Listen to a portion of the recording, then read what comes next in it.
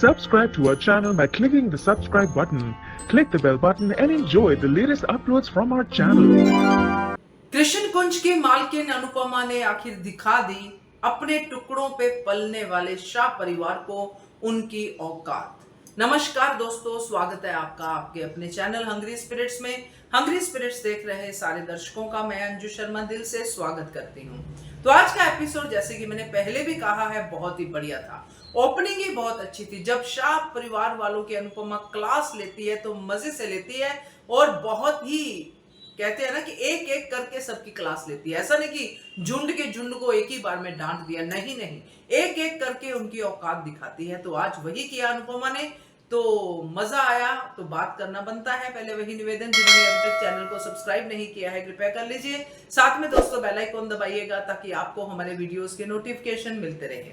तो अनुपमा ने जो कहा, आज एक एक शब्द सही था, जिससे ये पता चलता है कि अनुपमा कुछ भी भूली नहीं है। अनुपमा को सब याद है, मगर साथ में ये भी याद है कि बड़ों की रिस्पेक्ट करनी है, जिम्मेदारियों को निभाना है। तो आज अनुपमा ने सबको बताया, अपने बच्चों को, कि आप भी माता पिता हैं। आप भी अपने बच्चों के लिए वही सोचते हैं जो मैं अपने बच्चों के लिए सोचती हूं। तो इस सबके बीच में जो मजेदार बात थी वो ये थी कि अनुपमा कृष्ण कुंज की मालकिन है, बा नहीं है। तो कृष्ण कुंज की मालकिन है अनुपमा। वाह वाह, क्या बात है। अब कहानी कैसे लीप के बाद अनफोल्ड हो रही है, ये देख के मजा आ रहा है। जो भी हालात हुए होंगे, कृष्ण कुंज अनुपमा के पास आया होगा, मगर बिल्डर ने, या जो भी डील हुई होगी, अनुपमा के नाम पे ही हुई होगी। ना बापूजी, ना ही बा। तो ये जो जितने भी कीड़े मकोड़े ही कहूंगी शाह परिवार वालों को, जो अनुपमा के कृष्ण कुंज में पल रहे हैं, ये अनुपमा की बदौलत ही है। फिर भी अनुपमा की छूट का वो नाजायज फायदा उठाते हैं और कभी कभी ऐसा सर उठाते हैं कि अनुपमा इग्नोर करके आगे निकलती है, फिर वापस आती है। जब उसकी बेवली यानी कि बेटी पे बातें आती हैं तो वो फिर इन सबको बताती है कि आप सब मेरे टुकड़ों पे पल रहे हो, और अगर किसी को तकलीफ है तो चले जाइए मेरे घर से, ये घर छोड़ दीजिए, मेरी बेटी यहीं पे रहेगी, इसी कृष्ण कुंज में रहेगी।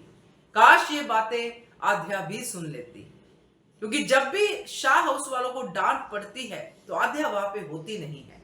इसलिए उसके मन में यही है कि मेरी मम्मी सिर्फ मुझे ही डांटती है। मगर ये नजारा आध्या के लिए देखना बहुत जरूरी था। हमें तो खैर बहुत मजा आया, क्योंकि बा की बोलती बंद होगी जब अनुपमा ने डॉली और वनराज को डिसोन करने के लिए कह दिया।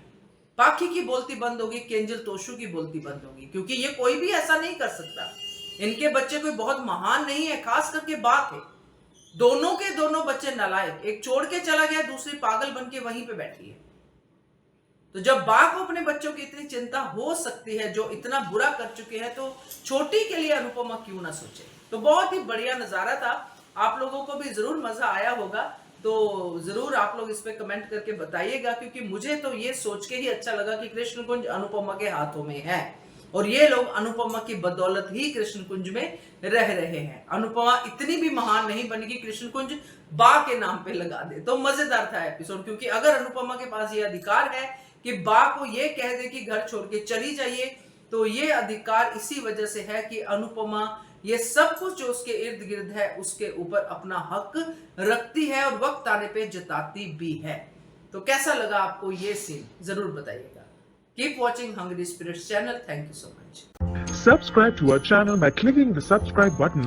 Click the bell button and enjoy the latest uploads from our channel.